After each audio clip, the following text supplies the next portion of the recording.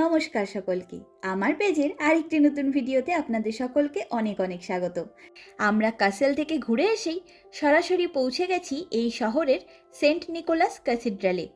এটির মেন গেটটির ডিজাইনটা কিন্তু অসাধারণ সুন্দর, তবে গেটটি সম্বন্ধে বিস্তারিত পরে বলছি। চলুন আগে ভেতরে যাওয়া যাক। আমাদের হাতে মাত্র 15 মিনিট মতন সময় রয়েছে। আমরা তড়িঘড়ি করে এন্ট্রান্স টিকিট কেটে ভেতরে এলাম, আর ভেতরে এসেই আমাদের মন শান্ত হয়ে গেল। এই ক্যাথিড্রালের ভেতরের মনমুগ্ধকর শান্ত পরিবেশ এবং সৌন্দর্যের মাধ্যমে আমরা যেন নিমিষের মধ্যেই হারিয়ে গেলাম। সবার আগেই শান্ত মনে কিছুক্ষণ বসে শুধু দুই চোখ ভরে সবটা দেখে নিই আগে, তারপর এই ক্যাথিড্রালের সম্বন্ধে কিছু তথ্য শেয়ার করছি। সবার আগেই বলি, এই ক্যাথিড্রালের যে মেন দরজাটি আমরা পার করে এলাম, সেটির মতন কারুকার্য সহ দরজা এর আগে আমি তো অন্তত কোথাও দেখিনি। এই সম্পূর্ণ দরজাটি ব্রোঞ্জের তৈরি। 1996 খ্রিস্টাব্দে এটিকে চার্চের সাথে সংযোজন করা হয়েছিল। স্লোভেনিয়াতে খ্রিস্টান ধর্মের 1250 বর্ষ পূর্তি এবং পোপ দ্বিতীয় জন পলের স্লোভেনিয়া ভ্রমণের স্মারক হিসেবেই এই দরজাটি সংযোজন করা হয়েছিল। ওই দরজাটির নাম ছিল লুবলিয়ানা ডোর। আর এই ক্যাথিড্রালে আরেকদিকে আরেকটি এরকম দরজা রয়েছে, সেটির নাম স্লোভেন ডোর। আর এটি স্লোভেনিয়ার রাজধানী লুবলিয়ানায় অবস্থিত মেন ক্যাথিড্রাল, যা মূলত একটি গথিক গির্জা। 1800 শতকের গোড়ার দিকে এটি একটি বারোক ভবন দ্বারা প্রতিস্থাপিত হয়েছিল। এটির বাইরে অবস্থিত সবুজ গম্বুজ এবং যমজ টাওয়ার সহ সহজে খুঁজে পাওয়া যায় এরকম একটি ল্যান্ডমার্ক। এটি লুবলিয়ানা সেন্ট্রাল মার্কেট এবং টাউন হলের কাছে সিরিল এবং মেথোরিয়া স্কোয়ারে অবস্থিত। সেন্ট নিকোলাস ক্যাথিড্রাল অরিজিনালি একটি গথিক বিল্ডিং ছিল, কিন্তু 1800 শতকে এটিকে বারোক বিল্ডিং দিয়ে রিপ্লেস করে দেওয়া হয়। এটির প্রতিষ্ঠাকাল হল 1706 খ্রিস্টাব্দ। ইটালির আর্কিটেক্ট আন্দ্রে পজ্জো এর তত্ত্বাবধানে তৈরি হয়েছিল। এই স্থানে সবথেকে পুরনো চার্চের উল্লেখ পাওয়া যায় 1262 খ্রিস্টাব্দে।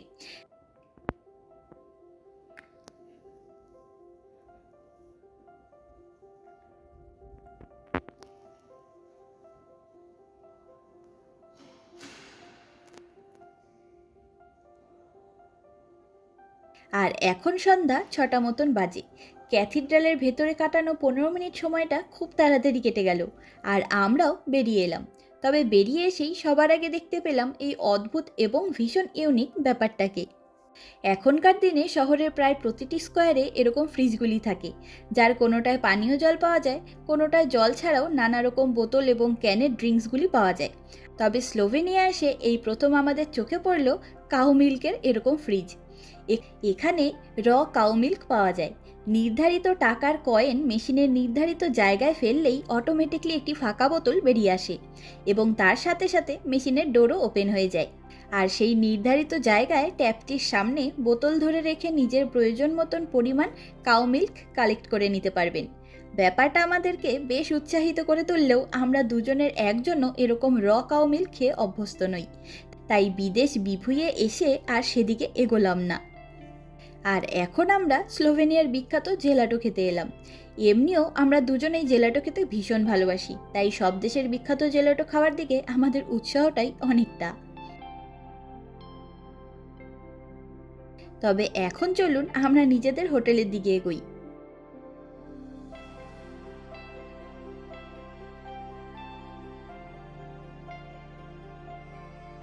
আমরা লুবলিয়ানার যেই হোটেলে উঠেছি সেটা একটি 4 স্টার হোটেল, আর আমাদের রুমটি ছিল ডুপ্লে সুইট। আর আমাদের হোটেলটির নাম best western premier hotel Sloan. Slovenian ভাষায় স্লোন মানে হাতি। এটি স্লোভেনিয়ার একটি অনেক পুরনো হোটেল, তবে সেটা আপনারা আমাদের ঘরের নানা আসবাবপত্রগুলি দেখেও বুঝতে পারবেন। মেন দরজা দিয়ে ঢুকেই হাতের ডান দিকে রয়েছে দুটো লাগেজ রাখা স্ট্যান্ড। যদিও ওগুলো আমাদের কোনো কাজে লাগেনি, আমরা আমাদের ব্যাকপ্যাকগুলি নিজেদের বেডরুমেই রেখেছি। আর হাতের বাঁ দিকে রয়েছে একটি গেস্ট ওয়াশরুম।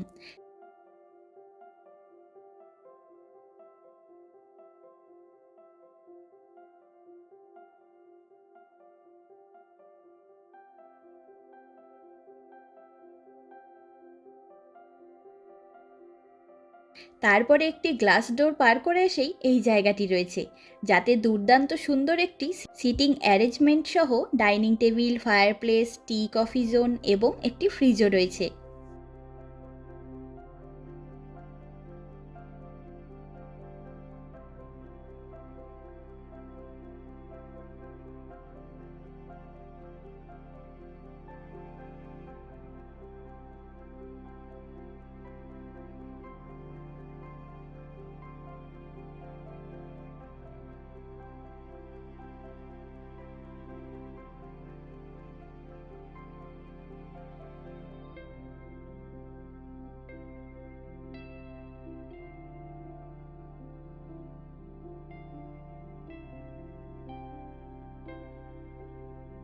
সেখানে বেশ কয়েক রকম টি কফির অপশন ছিল, তবে আমাদের কোনোটারই দরকার হবে বলে মনে হয় না। কাল সকালের জন্য আমাদের ব্রেকফাস্ট এই হোটেলেই ইনক্লুড করা রয়েছে। তবে দেখুন না, বাইরের টেবিলে নানা রকম biscuit, chips, cookies, Pringles, chocolate তো ছিলই।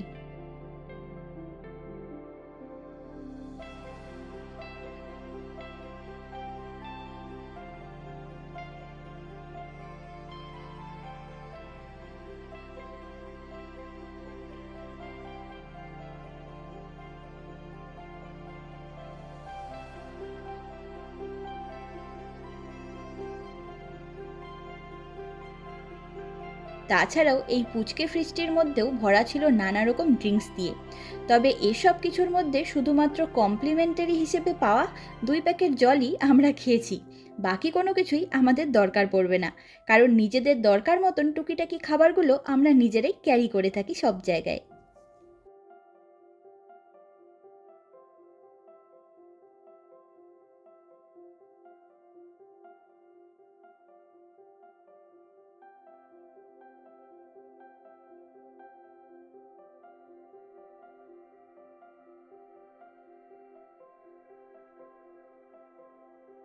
এই সম্পূর্ণ ঘর জুড়ে কিন্তু বেশ দারুণ একটা পরিবেশ। তবে আমরা দুজনেই বেশিরভাগ সময়টা হয় বাইরে, নয়তো বেডেই কাটালাম সারাদিন। সম্পূর্ণ ঘরটির মধ্যে বেশ একটা রয়্যাল লুক রয়েছে। তবে ফায়ারপ্লেসটা সম্ভবত কাজে লাগে না, কারণ এখানে রুম হিটারও লাগানো রয়েছে দেখলাম।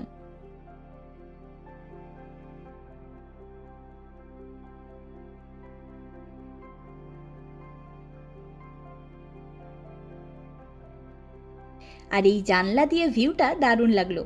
আর এই সোজা রাস্তা বরাবর এগিয়ে গেলেই সামনে দেখা যাচ্ছে ফরেস্ট এরিয়াটা হলো এই শহরের বিখ্যাত একটি পার্ক, যার নাম টিভোলি পার্ক। কিন্তু আমাদের বেডরুমের জানলা দিয়ে ভিউটা বেশি সুন্দর লেগেছে আমাদের।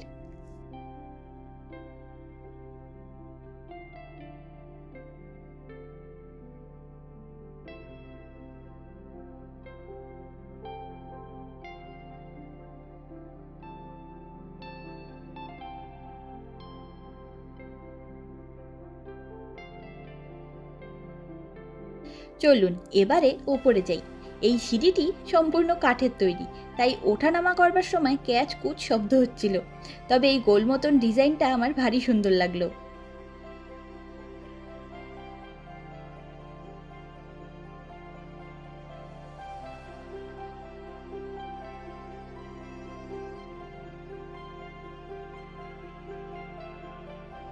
আর সিঁড়ি দিয়ে উঠে এসেই সামনে একটি আয়না রয়েছে, আর তার দুদিকে দুটি বেডরুম রয়েছে।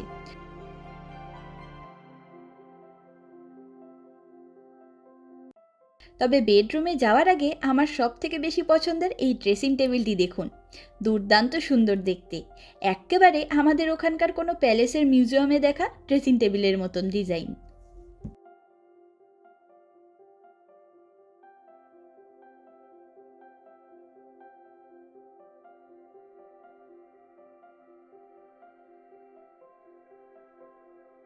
আর আমি তো এই বড় ড্রয়ারের মধ্যে নিজের যাবতীয় সাজগোজের জিনিসগুলি রেখেও দিয়েছি। এখানে বসেই সাজগোজ করে নিয়েছি।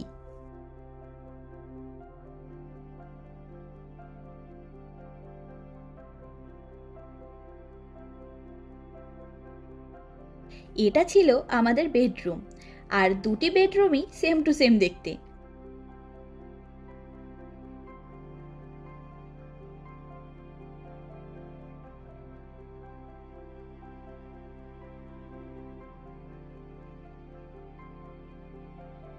তবে আমাদের এই রুমের জানলা দিয়ে ভিউটা খুব বেশি পছন্দ হয়েছে। তার কারণ হলো এখান থেকে লুবলিয়ানা কাসেলের ভীষণ সুন্দর ভিউ পাওয়া যায়। তবে আমি বেশি এক্সাইটেড রাতের আলোতে কাসেলের সৌন্দর্য কেমন হয় সেটা দেখবার জন্য।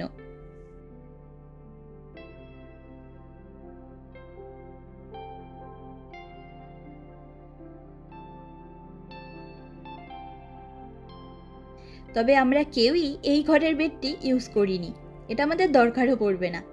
আর এই হোটেলের নামের সাথে যেহেতু হাতি জুড়ে রয়েছে, তাই এখানে এই হাতি সফটওয়্যারটি রাখা রয়েছে। এটার দাম 15 ইউরো, যা ইন্ডিয়ান টাকায় ওই ধরুন 1350 টাকার মতন। আর এখানে লেখা রয়েছে take me home and contribute to children's in need. অর্থাৎ আপনি যদি এটি 15 ইউরো দিয়ে কিনে নেন, তাহলে এর একটা পার্সেন্টেজ টাকা বাচ্চাদের জন্য ডোনেট করা হবে। ভীষণ সুন্দর ভাবনা, আর বেশ কিউটও দেখতে এই গনুটা।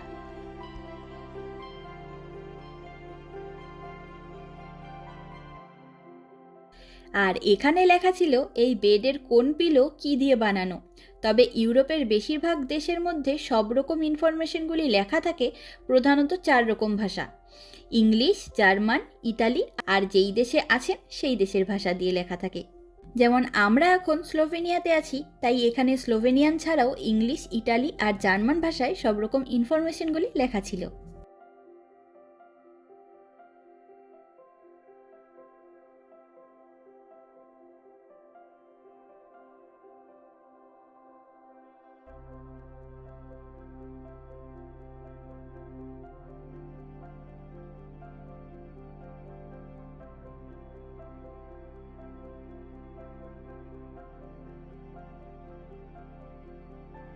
এদিকটা ছিল এরকম 6টা স্লাইড দরজা সহ একটি ওয়ার্ড্রপ। আর একটি ওয়ার্ড্রপে একটি করে লকারও থাকে। বিশেষ কোনো জিনিস রুমে রেখে যাওয়ার থাকলে আপনি নিজের ইচ্ছে মতন লক কোড সেট করে রাখতে পারবেন। তবে দেশের বাইরে এসে আমাদের কাছে সবথেকে বেশি গুরুত্বপূর্ণ আর দামি জিনিস হলো আমাদের পাসপোর্ট দুটো, আর সেগুলি আমরা কখনোই হাতছাড়া করি না। আর ভেতরে ছিল ঘরে পড়া স্লিপার, আয়রন টেবিল, বাথরোবও। তবে আমার সবথেকে বেশি ভালো লাগে এই টুকিটাকি জিনিসগুলি। আমরা হামেশাই এই জিনিসগুলি গুছিয়ে নিয়ে আসতে ভুলে যাই, তাই ঘুরতে এসে এগুলি মেয়েদের ভারী কাজের জিনিস।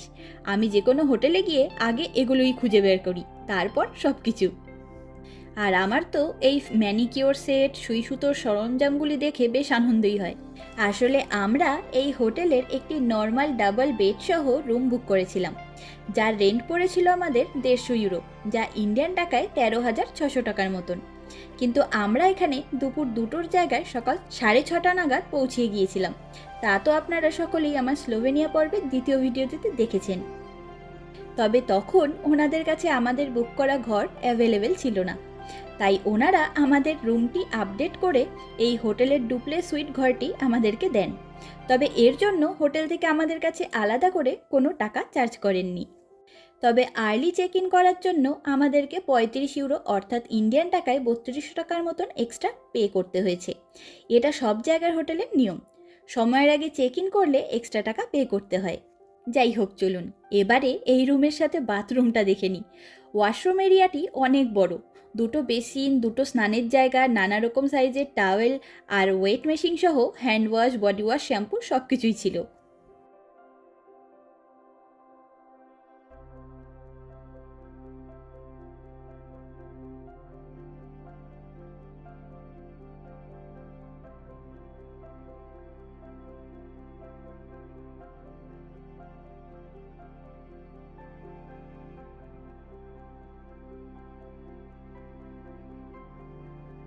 আর বেসিনের পাশে এই সেলফটিতে যে নানা রকম খুঁটিনাটি জিনিসের পাশাপাশি বেশ কয়েকটা কাচের গ্লাস, কাগজের ঢাকনা লাগানো দেখলেন, সেগুলিকে নানান সময়ে কুলকুচি করবার জন্য ব্যবহার করেন এদিককার লোকেরা। ওনারা আমাদের মতন হাতের তালুতে করে জল তুলে মুখে দিতে পারেন না, ওই জন্য এখানকার রাস্তাঘাটে পানীয় জলের ট্যাপগুলি অনেকটা উঁচুতে অবস্থিত থাকে। সরাসরি ট্যাপের সামনে গিয়ে ওনারা জল পান করেন।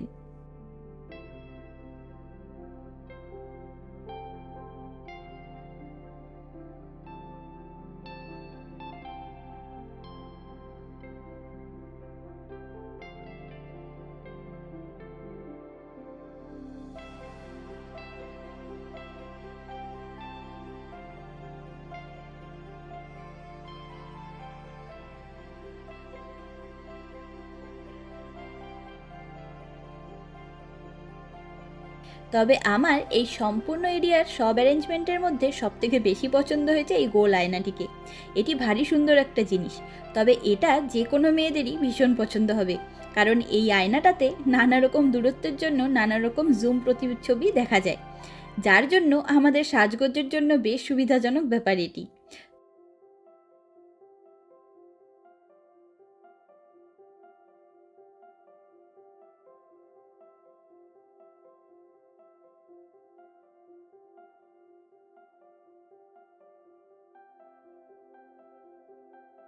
তবে আমার এখানকার যে কোনো হোটেলের সবথেকে অপছন্দের ব্যাপার হলো এখানকার লাইটিং সিস্টেম। এত হালকা আলো থাকে যে মাঝে মধ্যে নিজেকেই নিজে দেখতে পারি না।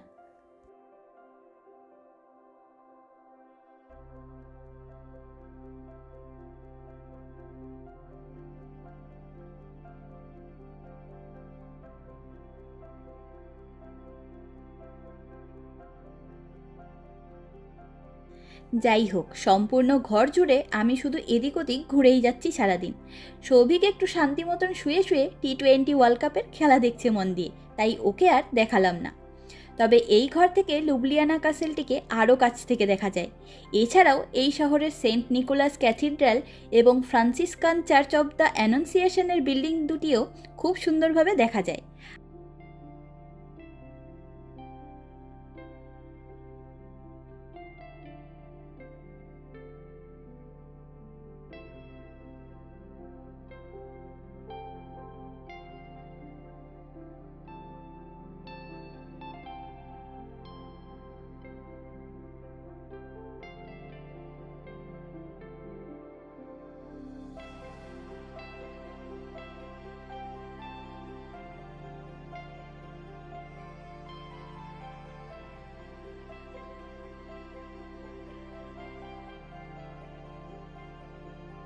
যাই হোক, চলুন এবারে আমি নিজেও একটু রেস্ট নিয়ে ফ্রেশ হয়ে আবার রেডি হব রাতের বেলা এই শহরের পরিবেশ দেখবার জন্য।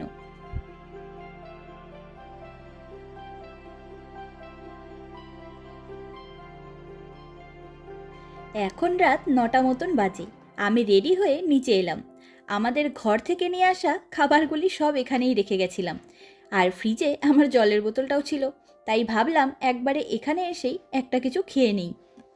সৌভিকেরও খেলা দেখা শেষ, ইন্ডিয়া জিতে গেছে। তার প্রাইজ ডিস্ট্রিবিউশন সেরিমনি দেখে তারপর আমরা বেরোবো। তবে জানেন তো, সম্পূর্ণ ঘরগুলো জুড়ে এতগুলো জানলা রয়েছে, কিন্তু কোনো জানলা খোলা যাবে না। সবগুলোর মধ্যে মশা হইতে সাবধান ওয়ার্নিং বোর্ড লাগানো হয়েছে। বুঝুন কাণ্ডটা।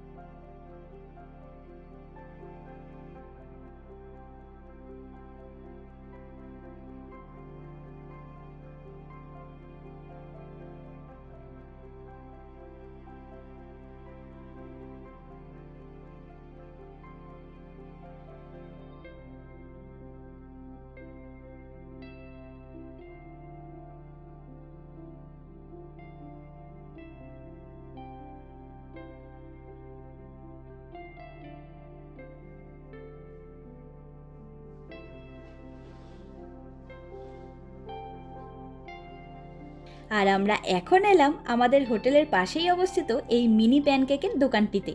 সেই ভোরবেলা যখন প্রথম এদিকে এসেছিলাম তখনই চোখে পড়েছিল, আর সেই সকাল থেকেই ঠিক করে রেখেছিলাম যে এখান থেকে মিনি প্যানকেক খাবো। এই দোকানটির নাম পাফি। এখানে এক্কেবারে পুচকে পুচকে প্যানকেক পাওয়া যায়, আর সেগুলির ওপরে আপনি নিজের পছন্দ মতন টপিং দিয়ে নিতে পারেন। যেমন আমরা নিয়েছিলাম নিউটেলা স্প্রেড আর ক্যারামেল টপিং দিয়ে। আর এগুলি দেখতে যেমন কিউট, খেতেও দুর্দান্ত। এমনিতেও আমি প্যানকেক খেতে ভীষণ ভালোবাসি। তবে আজকে আবার ইউরো কাপের খেলায় জার্মানির খেলা রয়েছে, আমরা সেদিকেই যাচ্ছিলাম। কিন্তু মাঝপথে এই জায়গা থেকে ভেসে যাওয়া নানান লোকের উৎসাহিত গলার আওয়াজ পেয়ে আমরাও এই খেলা দেখতে চলে এলাম। এখানে বেশ কয়েকটা গ্রুপের মধ্যে ট্র্যাম্পোলিনের খেলা চলছিল, আর চারিদিকে দেখুন শুধু কত লোকেরা একত্র হয়েছে এই খেলা দেখবার জন্য। তবে যাই বলুন, যে কোনো শহরের রাতের পরিবেশ কিন্তু সেই শহরের মানুষের প্রাণোচ্ছলতার প্রতীক হয়ে ধরা দেয় আমাদের চোখে। আর আমরা তো বাইরে বেরিয়ে এসে নিজেরাই তাই বলাবলি করছিলাম যে এখন ঘরে শুয়ে রেস্ট করলে আর এই অভিজ্ঞতাগুলি অর্জন করতে পারতাম না।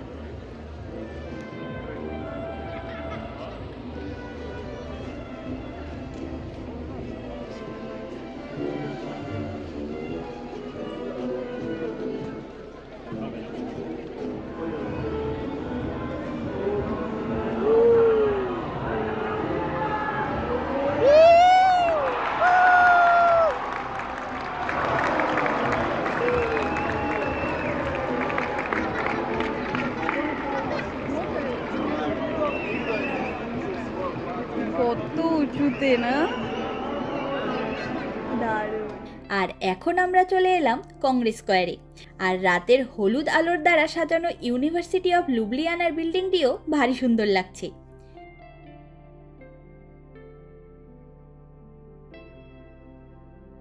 তবে সামনে এই লতানো গাছে ভরা বিল্ডিংটি হলো house of illusion.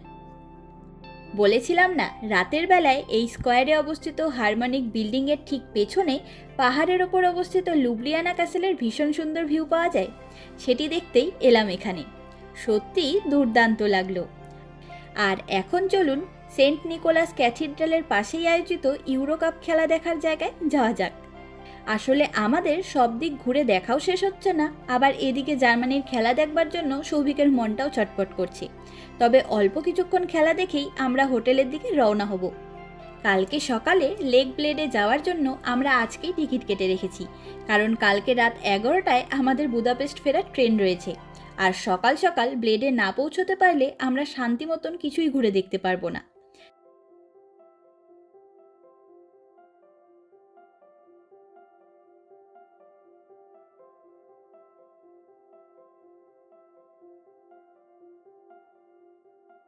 Queste gli unici che non viaggia.